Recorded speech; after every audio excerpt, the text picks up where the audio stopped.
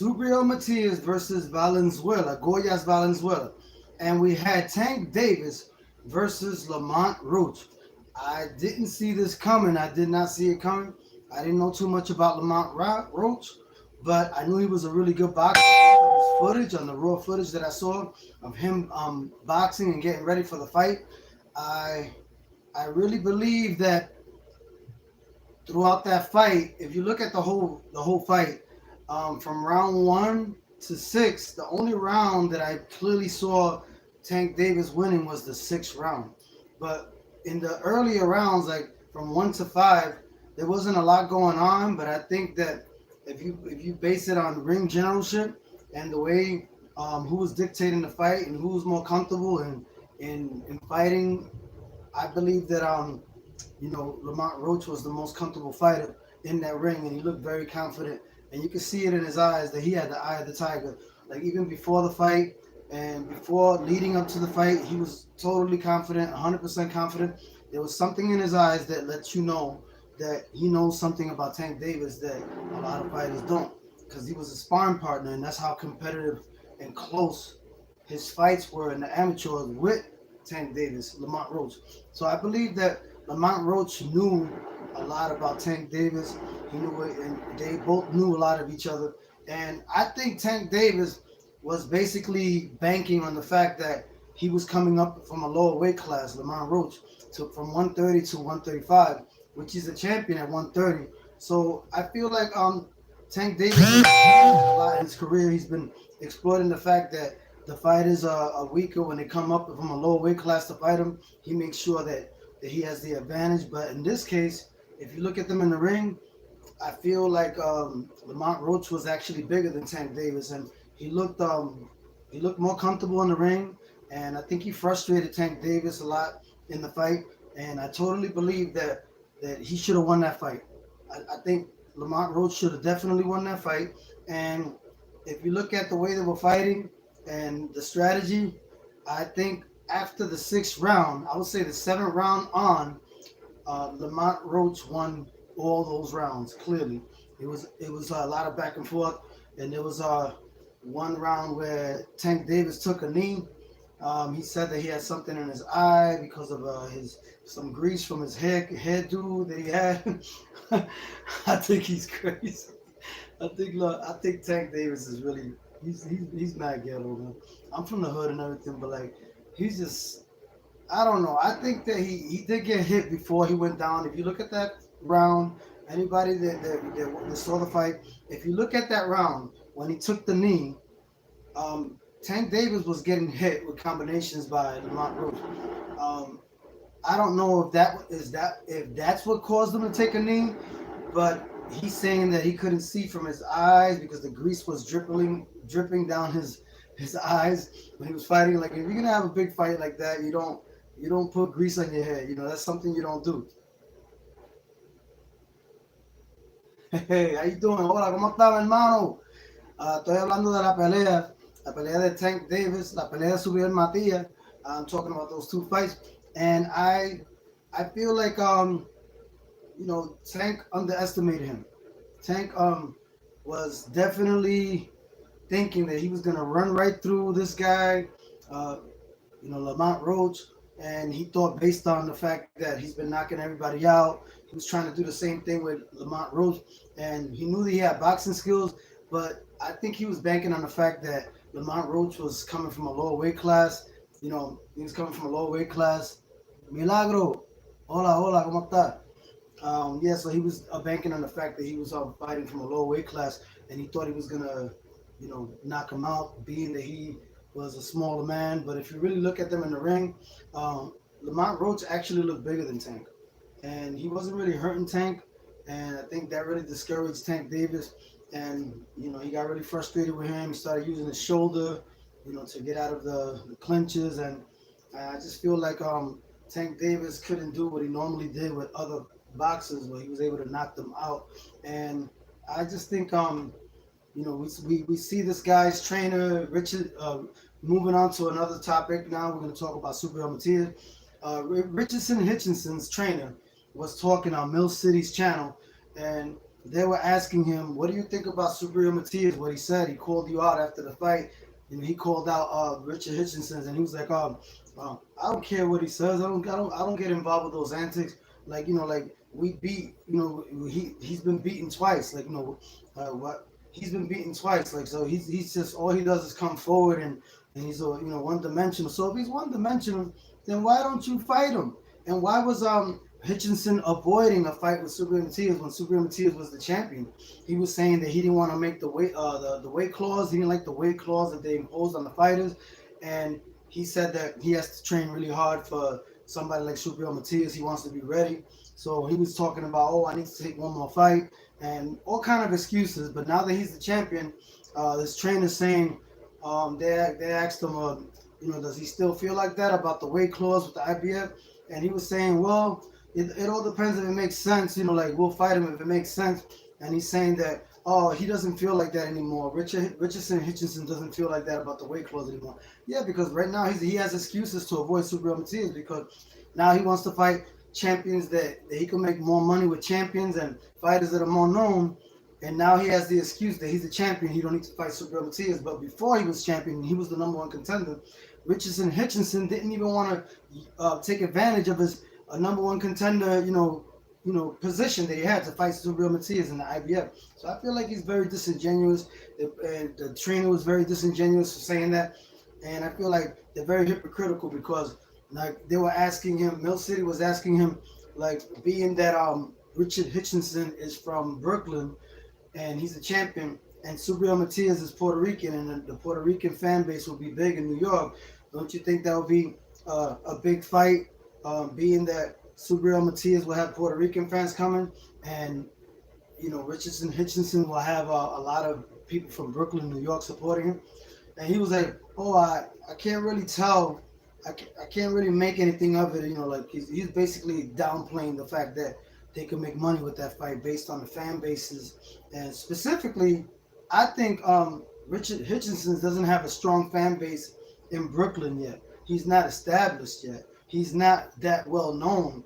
But Subriel Matias already is well known within the Puerto Rican boxing community in New York City. So I think he would sell more, bring more people to watch Subriel Matias if he was fighting Richardson Hitchinson in Brooklyn, in Barclays Center.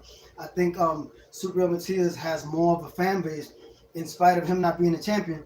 But since he's a commodity, and the Puerto Rican fighters usually they sell right away. They're more of a commodity. The African American fighter, it takes a longer time to establish the fan base as far as like the way they do it with the Latino fighters. It's just a fact. But I feel like to make a fight like that, he was trying to undermine the fact that Subriel Matias has a big following and will make it economically feasible for both people, for both fighters. He was trying to undermine that by saying, "Oh, I don't really know. I can't really say. I can't really. I don't know what that entails." He didn't say it in those words. I'm just paraphrasing, but he said, like Hitchinson's trainer said that he undermined the fact that Subriel Matias will have a lot of Puerto Rican fan base coming to the fight, and that Richardson Hitchinson will have a lot of people from Brooklyn. He undermined that by Mill City. Like when Mill City brought it up to his attention, that what do you think about that? Being that they both will have a lot of fan bases, supporting the fight. And he said, "Oh, I can't really say much about that. I don't really know." So he was basically saying that he knows that Subriel Matias, deep down inside, will be the one bringing most of the fans, and that Richardson Hitchinson will not be the favorite. He would not be the one that people are going for. So I just think that he probably feels like it's counterproductive to make a fight between Subriel Matias because he wants to get the most money from the most fights possible with the most known fighters, and that's what he's really banking on. Even though he said that it's not, you can't fight about the money, you got to fight for the glory too. Because when Mill City's asked him, is it about unifying the titles or is it about just getting the most money with the elite fighters fighting the elite and just making the most money possible? And he was saying, no, it's about the glory, it's about unifying the titles. Everything else will come later. Everything else will come, like the money will still come. So he's kind of like contradicting himself because he made it seem like if he was to fight Subriel Matias, it would have to make sense. So in other words, he's gonna focus on making more money. So he's like really contradicting himself.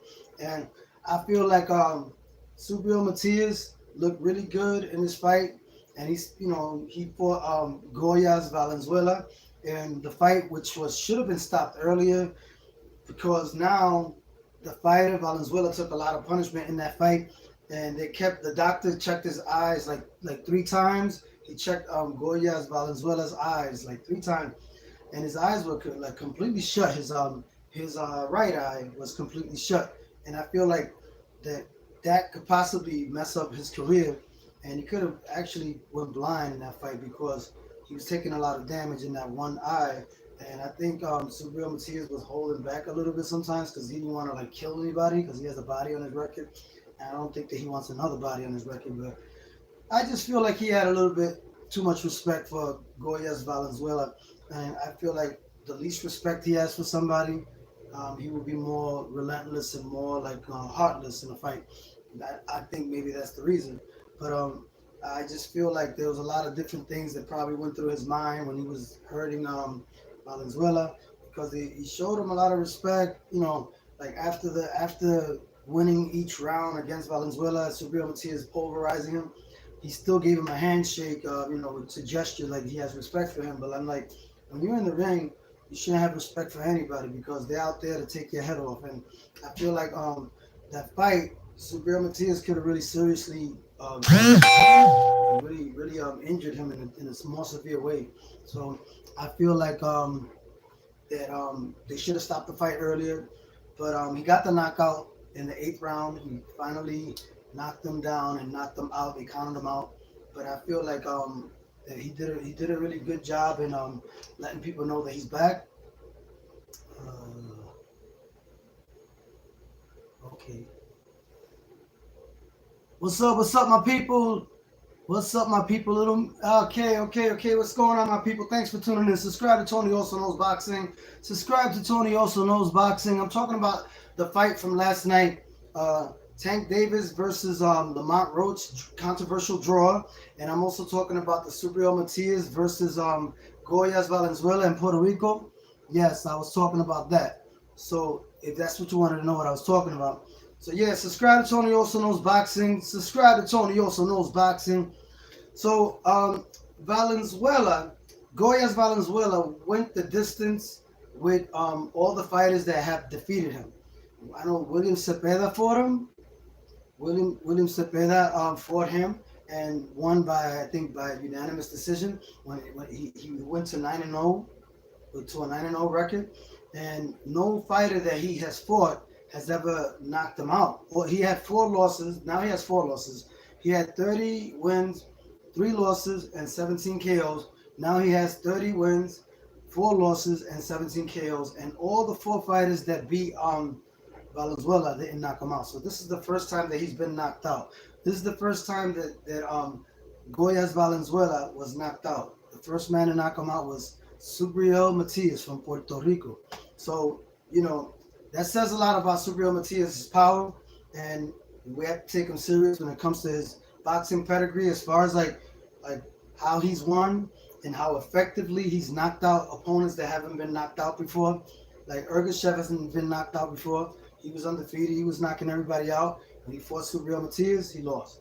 And then so right now he's making a good account of himself. With 2 fights back in. Before that was Ramirez. He beat Ramirez, and then on November, I think it was in November, and then now he fought Goyas Valenzuela. So it's 2 knockouts already, and now he's the mandatory #1 contender for this guy from Brooklyn, Richardson Hitchinson. So he is gonna fight for the IBF title if Richard Hitchinson doesn't look for a way to avoid fighting Subriel Matias, but he's gonna have to fight him because he's the mandatory. And his coach, Richard Hitchinson's coach, when he was talking on Mill City's Boxing, he was saying, "Why is he the mandatory #1 fighter? They should give him a different name, not a mandatory, because Richard Hitchinson already beat the mandatory, like 2 different mandatories." Yeah, but whenever Subriel Matias was the mandatory, Subriel Matias had to fight three different title eliminators. When he was fighting for the first time for the title, Subriel Matias had to fight three title eliminators, three of them. So this guy, Richard Hitchinson, only fought two title eliminators. So it's only fair that he fights another title eliminator before, like what's like Subriel Matias had to do even when he was the champion. So like even before when he was the champ, before he was the champion, and he fought the number one contender like three times as well. Like he had to fight whoever the IBF chose. So the same thing with Richard Hitchinson. He has to fight whoever the IBF chooses. He has to do the same thing. He's not that established, so he would have to fight a Subriel Matias. I think that he would not be able to escape fighting a mandatory because he doesn't have that much weight as far as like notoriety. He's not really established. He's a really good boxer, a good champion, but he's not really established. So he still has to prove himself. So he doesn't hold a lot of weight as far as like demand, like people wanting to watch him.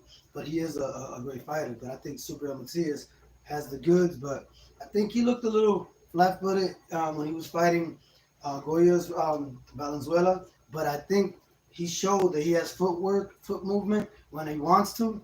But when he was the way he was fighting Valenzuela, I felt like he didn't really need to use a lot of footwork because he was right there.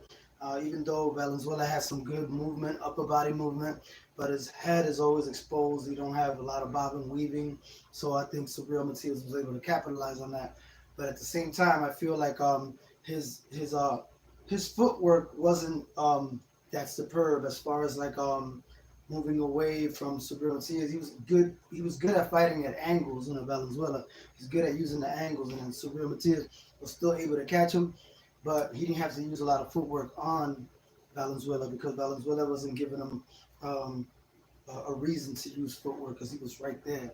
But I think that in each fight and depending on the competition, you're going to see a variety of ability that Subriel Matias will show if he has to. He shows it like after the fourth or fifth round, he shows that he has footwork, but most of the time he stayed flat-footed fighting him because he felt like he didn't have to fight another way to beat him. I just feel like it just depends on the opponent how Subriel Matias will show his versatility, but he was mostly fighting flat-footed in this fight, but he didn't need to use footwork. But I feel like he should use more footwork just to make it easier, just to get less punishment.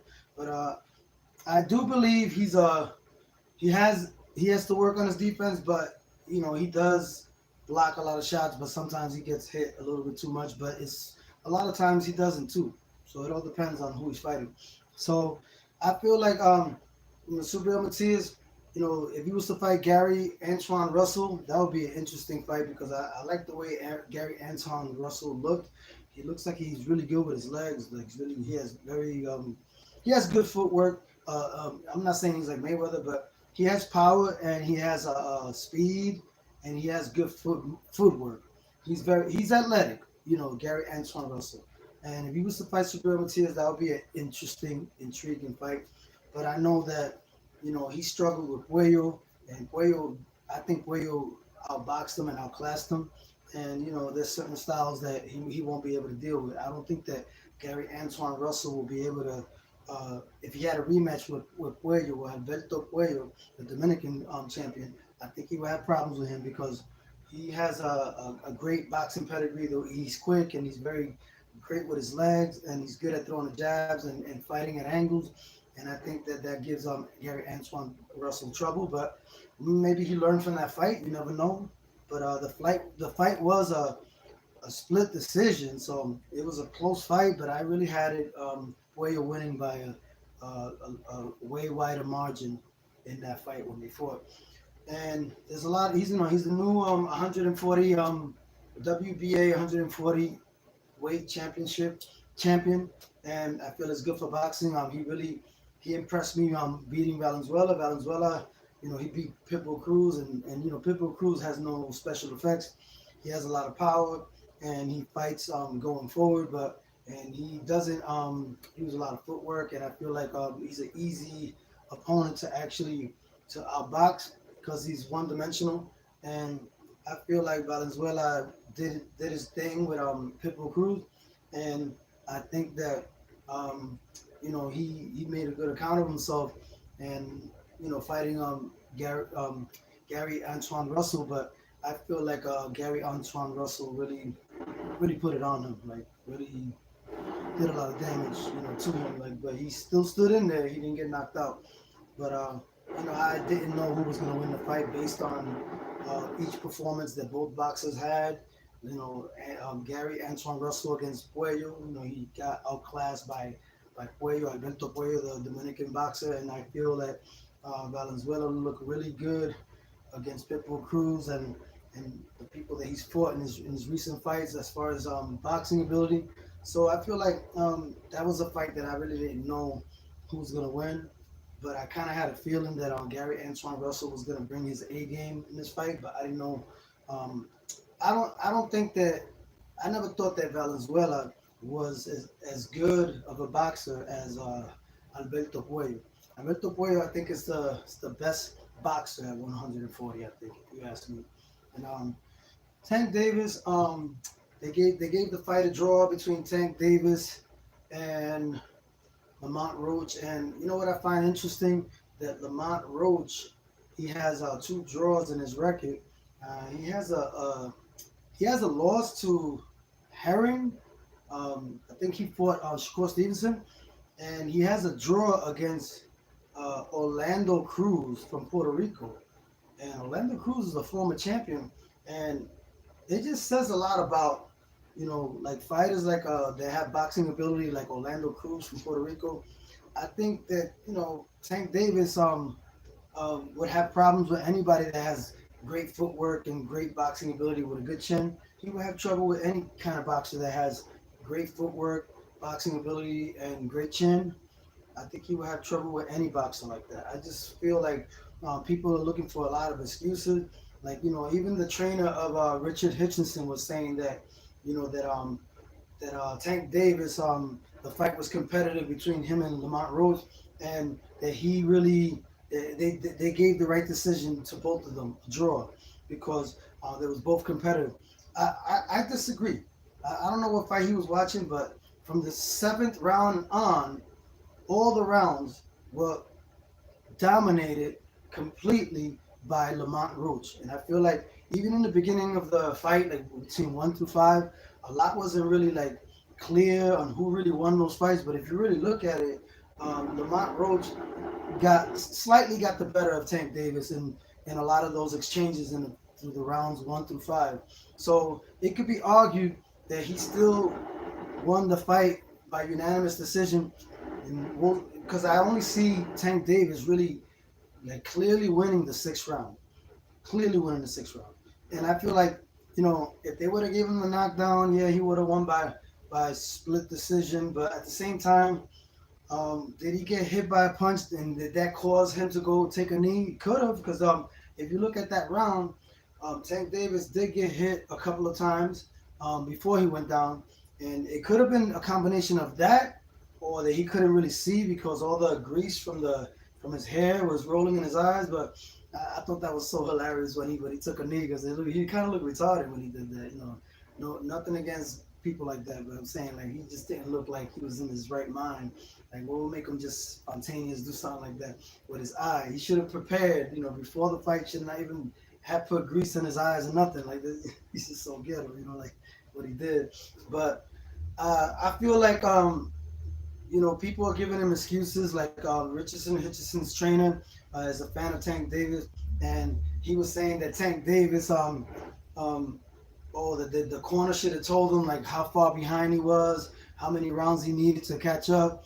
I feel like when the thing with Tank Davis, he just didn't know what to do with somebody that was boxing him like that, giving him angles, and not succumbing to his power or his pressure, because he was able to like neutralize anything that Tank Davis did for the most part, and he wasn't really phased, like he wasn't hurt. Like a lot of the combinations weren't hurting him, and I think that like he really grew into that weight, 135, and that he was naturally he was a little bit bigger than Tank Davis, I think. he looked a little bit bigger than him. Even though, despite he was coming from the 130 weight class to the 135 to Tank Davis's weight, Tank Davis was probably banking on the fact that he was coming from a lower weight class and felt like he had an advantage. But all those things, all those cheating ways of his, like exploiting the fact that he comes from a lower weight class, caught up to him, and it backfired. And sometimes that's the way justice is done. Like when you keep abusing certain things, because that he's coming from a lower weight class, it's gonna catch up to you at the end of the day. Somebody's gonna just prove to you that that they're better than what you actually thought, and that they were moving up in weight because they were struggling to make that weight, and they felt stronger at a higher weight. But that's something that sometimes boxers overlook. They overlook that the other boxer that's coming from a lower weight class could get stronger struggling in that weight that he's previously in. So yeah, and then they were asking him, "Do you think in the post fight interview they asked Lamont Roach, did you think that you was gonna get robbed when you was in the 12th round, like that they were gonna rob you?" And then he was basically saying that, when we were talking in the last round, and we were talking crap to each other. Tank Davis kept telling me, "They ain't gonna give it to you. They ain't gonna give it to you." And then Lamont Roach responded and said, "Well, why not?" Because he knew that he did enough to win. And it's boxing. Like on paper, Lamont Roach was saying that on paper, like when you're fighting a champion, they're not gonna give it to you on paper if you don't knock them down, or you could be still winning most of the rounds, but they won't give it to you on paper because I guess because he's the name fighter, the fighter that's more established and more people want to see Tank Davis. So there's a lot of politics. So he was basically saying that a lot of things factor in, but even without the knockdown, the when he took the knee, even if he wasn't really relying on the knock on that knockdown, that possible knockdown when he took a knee, because he was still winning the fight. He felt like he was winning most of the rounds, and I believe he did win the fight, and he won most of the rounds. I think from the only round that I could clearly give to Tank Davis was the round 6, but after that 7 and on, I definitely gave it to Lamont Roach, and then in the earlier rounds 1 through 5, a lot wasn't really done, and I I just feel like if you really look at those rounds, you know, Tank Davis wasn't really as comfortable as Lamont Roach, and I think Lamont Roach did a little bit more in some of those rounds to actually win some of those rounds or take those rounds. But I think in the rematch, it's going to be more clear on it's going to be more aggressiveness on both sides, and because they know more of each other, even though they fought in the amateurs and there were close fights in the amateurs. I think when they fight again in the rematch, I think that I think the same outcome. I think Tank Davis is going to lose, but I think that he's going to lose more. It's going to be more clear who the winner was as far as the result. But I feel like either way, um, Lamont Roach won that fight clearly, and I just feel that the better fight, the more exciting fight was the Subriel Matias fight versus Goyas Valenzuela. But I would definitely love to see Subriel Matias fight Hitchinson to get his rematch. And I feel like um, there's a lot more in the tank for Subriel Matias, and he did a lot. He did represent for Puerto Rico, and they asked Clarissa Shields would she fight in Puerto Rico, and she was saying, "Oh, there's only 5,000 people in this arena. If I was to fight, I would want to fight in an arena that has 15,000." Well, she could fight in the Choliseo in Puerto Rico. That has, I think it holds like 12,000 or 10,000. I'm not sure, but I think that was a little disrespectful what she said. And she said, "Well, if there's anybody coming up over here in Puerto Rico, they could fight me. That they think they could beat me." I know a couple of people in Puerto Rico that could give her a good scrap. I got to study them more to actually see how good they would fare against Clarissa Shields. But there's a lot of talent in Puerto Rico, and I think Subriel Matias, now that he's getting his own pay-per-view, and there's going to be more opportunities for other Black Puerto Rican boxers from the island. Hopefully, they give other people in Puerto Rico opportunities to fight on undercards of Subriel Matias, because Puerto Rico has a lot of talent, but they're not being given the opportunities. And I feel like there is a disservice because Puerto Rico is a rich in boxing tradition. They have more than 60 plus, 70 plus champions, and the most champions per capita worldwide. And they're actually number three in the world, number three or number four, as producing the most champions per capita. And that's an island that has 3.2 million people. And that says a lot about Puerto Rico and Puerto Rican boxing. We're very rich in history in boxing. And I feel like Superior Matias did a great job. Support my channel. Subscribe to my channel. Tony also knows boxing. Subscribe to that channel. Subscribe. Click that like button. Click that subscribe button. Don't be afraid to click that subscribe button. If you want to hear good, unadulterated truth and good content for boxing, check out my channel. Support my channel. Keep the algorithms going. Click like, click subscribe. And you will hear more about Tony Also Knows Boxing. You won't be afraid. You'll be in line to hear the truth about what's going on in boxing. And I like to, receive all the input from my fans, from all the boxing fans, whether good or bad. I just like to hear what they feel about the boxing, the state of boxing. And I enjoy giving you great content. But I can't give you like free fights like the way I used to do, because they almost banned me, so I didn't want to do that. So I gotta stay relevant and give you the facts on what's going on in boxing, but at the same time I can't risk it that much, because then if I do that, then I'm putting my channel at risk. But I really appreciate everybody who tunes in. You know me, I don't hold back. I give it to you raw and true, and I give it to you with style. I give it to you with charisma. And Tony Also Knows Boxing. Subscribe to my channel. Tony Also Knows Boxing. Yes. So those fights were good. Gary. There's another thing I wanted to say. The fight that I never got to see, which I thought was going to be on the undercard of the Tank Davis fight, which I believe it was on the undercard, but they didn't televise it.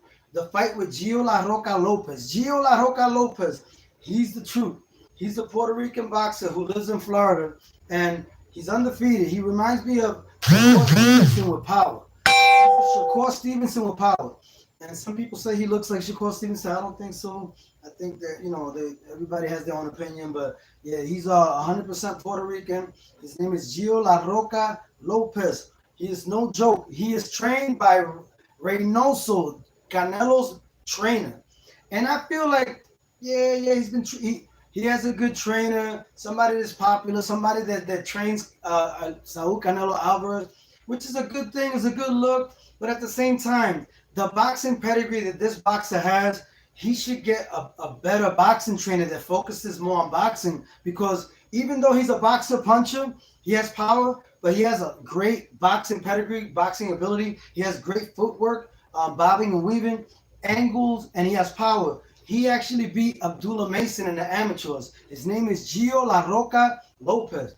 And if he beat Abdullah Mason in the amateurs, that says a lot about him. And he also beat Xander Zayas in the amateurs. That says a lot about Gio La Roca Lopez. And I feel like he didn't get the exposure that he deserves. And I feel like he needs a better trainer than Reynoso, if you ask me. I'm not undermining Reynoso as a trainer, but he focuses more on power punching and brawling. That's not his repertoire. Boxing pedigree, using footwork and angles, that's not his boxing, that's not his repertoire as a trainer. He focuses more on power. And I feel like Gio La Roca Lopez, this Puerto Rican prospect, he should get a trainer like Ronnie Shield, or somebody that focuses more on boxing first and punching later, because I feel like it's detrimental or counterproductive to the style of who Gio La Roca Lopez is, because he's a boxer puncher. So, if you're a boxer and a puncher, you need a boxer that focuses first on boxing and then second on power, because I feel like Gio La Roca Lopez is special. He needs somebody that's on his level, as far as like to take him to the next level. Somebody that actually focuses on boxing first and power later, second. So, that's my opinion. That's my take on it. I feel like Gio La Roca Lopez is the truth. He beat Abdullah Mason in the amateurs. And Abdullah Mason, he's an incredible talent. He's somebody to look out for. But let's not forget, Gio La Roca Lopez beat him in the amateurs. And Gio La Roca Lopez is a great boxing prospect from Puerto Rican, the Puerto Rican boxing prospect. And I believe his father was a musician, and he sings a song, a famous salsa song, Ni tu loco loco. It's a pero yo tranquilo. Like he has a song that I think somebody in his family actually sang that song, and he mentioned it in an interview. And Gio La Roca Lopez is one proud Boricua, and he's definitely reminds me of Shakur Stevenson with power. A Shakur Stevenson with power. But if he gets a better trainer than Reynoso, I think he will go even further. But I think he's being loyal to Reynoso because they actually he met his favorite fighter, Canelo. Canelo's his favorite fighter. You know, Puerto Ricans, we're not biased, and we love anybody that has talent, and we're gonna admire them, and we become their fans. But I'm surprised he didn't say Felix Tito Trinidad, but he's the younger generation or Cotto. But he is a proud Puerto Rican. He's from Florida, and Gio La Roca Lopez actually beat Abdullah Mason in the amateur, and he beat Xander Zayas in the amateur. So that says a lot about him.